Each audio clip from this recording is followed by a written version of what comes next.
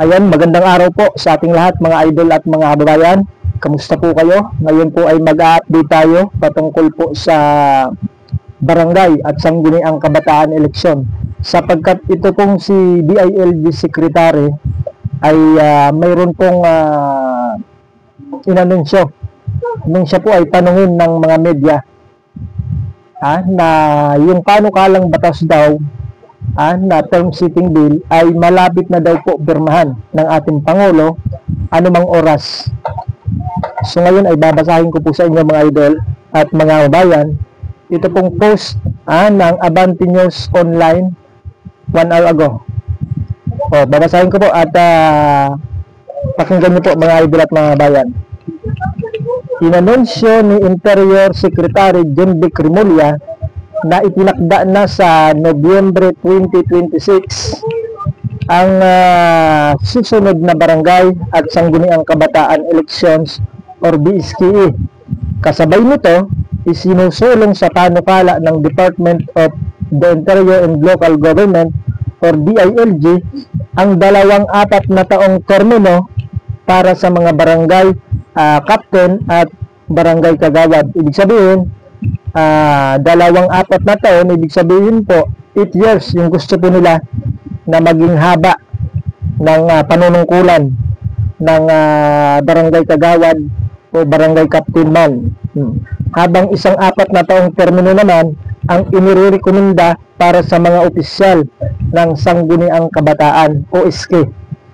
Ayon kay Remulla, ang mungkahing ito ay nakapaloob sa proposal na nakahain na para sa pirma ni Pangulong Ferdinand Marcos Jr. at maaari na umanong lagdaan anumang oras. So yun po yung sabi ni DILG Secretary na anumang oras daw ay pwede na pong pirmahan ng ating Pangulo yung nasabing panukalang batas. So ngayon po ay pakinggan naman natin yung pakinggan po natin yung side ng COMELEC patungkol nga po dito sa barangay at sangguniang kabataan eleksyon. Sapagkat ang COMELEC po ay puspusan at paspasan, hindi po tumitigil mga idol at mga bayan sa kanilang paghahanda. Yung kanila pong pinaghahandaan ay ito pong patungkol po sa naka-schedule na December 1, 2025 election. Yun po yung kanilang pinaghahandaan, hindi po yung November 2, 2026 mga idol at mga bayan, sapagkat hanggang sa mga oras na ito mga idol at mga bayan ay wala pa pong batas na magpupuspon dito po sa original na nakatakda na eleksyon. Ngayon nga pong December 1, 2025. So ngayon po ay panoorin po natin at pakinggan itong interview po kay Chairman George Garcia. Ito po. Kayo sa paghahanda kasi baka magkabigla at eventually hanggang dulo hindi naman talaga nilagdaan. Kaya at least ready sila, no?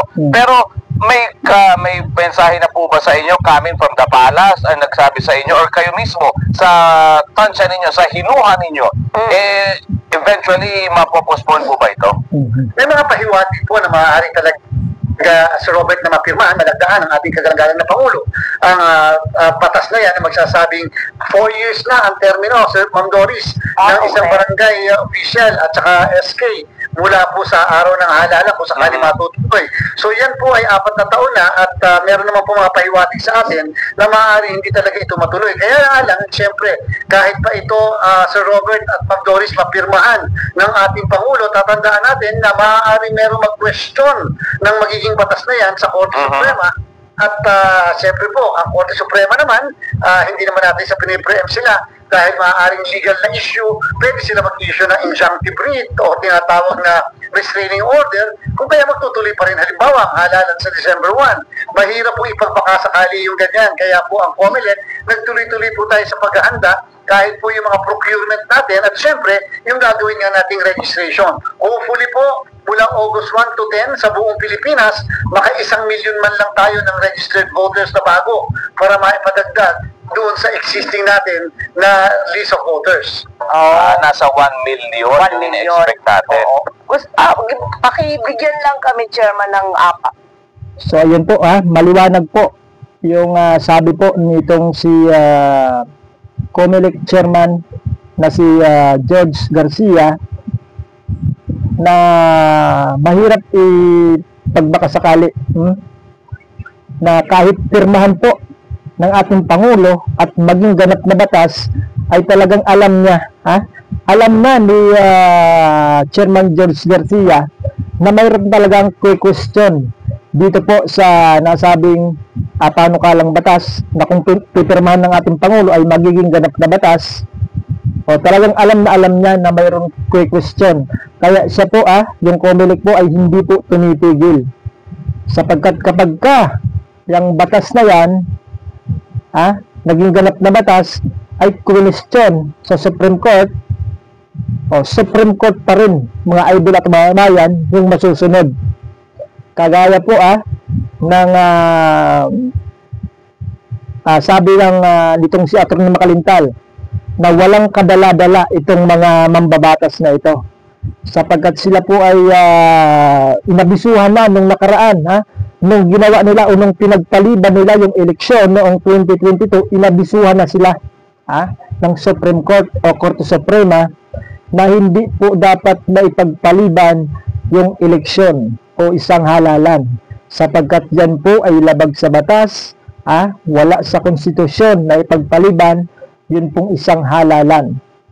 Kaya naka-mindset na yung utak nitong si Chairman George Garcia. Hindi siya tumitigil sa paghahanda, sapagkat kahit pirmahan na ng ating Pangulo, ay alam niya na Supreme Court pa rin yung magdidesisyon. Yung gusto ng yung sa panig po ng Korte Suprema ay bawal na ipagpaliban itong eleksyon. Ngayon, kapag pinirma ng ating Pangulo, ay maidideklara itong unconstitutional. Maibabasura ito at tuloy pa rin yung nakatakda na original na itinakda ng Supreme Court na December 1, 2025 eleksyon, sapagkat bawal nga po itong ipagpaliban, mga idol at mga kababayan. So, kaya walang dapat na ikapangamba yung mga aspirant, yung mga gustong tumakbo. Kahit pirmahan man ng ating Pangulo, ay huwag niyo pong ipag-alala, sapagkat naandyan pa po yung Korte Suprema o Supreme Court. Sila po yung magdidesisyon kahit pirmahan man ng ating Pangulo. Kaya hanggang sa mga oras nga ito, mga idol at mga bayan, ay napakalinaw na hanggang sa mga oras mong ito ay wala pa pong batas na magpupuspon dito sa December 1, 2025, mga idol at mga bayan. So naandyan po yung Korte Suprema, naandyan yung Supreme Court, naandyan si Atty. Makalintal para questionin kung sakali mampirmahan ng ating Pangulo yun pong nasabing panukalang batas at maging ganap na batas. Kaya wag pong ipag-alala ng mga gustong tumakbo sa December 2025 barangay at sangguniang kabataan eleksyon, sapagkat kakampi nyo yung Korte Suprema. At alam natin kapag may nakikitang mali yung Korte Suprema, ay talagang dinideklara nila na unconstitutional, sapagkat ang gusto nila ay kung ano yung nasa konstitusyon, yun po yung dapat na sundin. Kung ano yung batas, yun ang dapat na pairalin. Yung nasa Supreme Court, bawal ipagpaliban yung isang halalan, kagaya po ng nakatakda na December 1, 2025 election. Kaya tuloy na tuloy pa rin po mga idol at mga bayan, sapagkat naandyan po yung Supreme Court. Sila po yung magdidesisyon, hindi po ang Pangulo. Yan po ang maliwanag, mga idol at mga bayan. So yan muna yung ating update hanggang sa mga oras na ito, at bukas pala ay August 1 na sa mga kwalipikado po magpa-register para sa Sangguniang Kabataan ay tumungo na po kayo sa COMELEC at magdala po kayo ng valid ID. So hanggang dito muna yung ating update at maraming salamat po sa inyong panonood. Ingat po tayong lahat, mga idol at mga kababayan.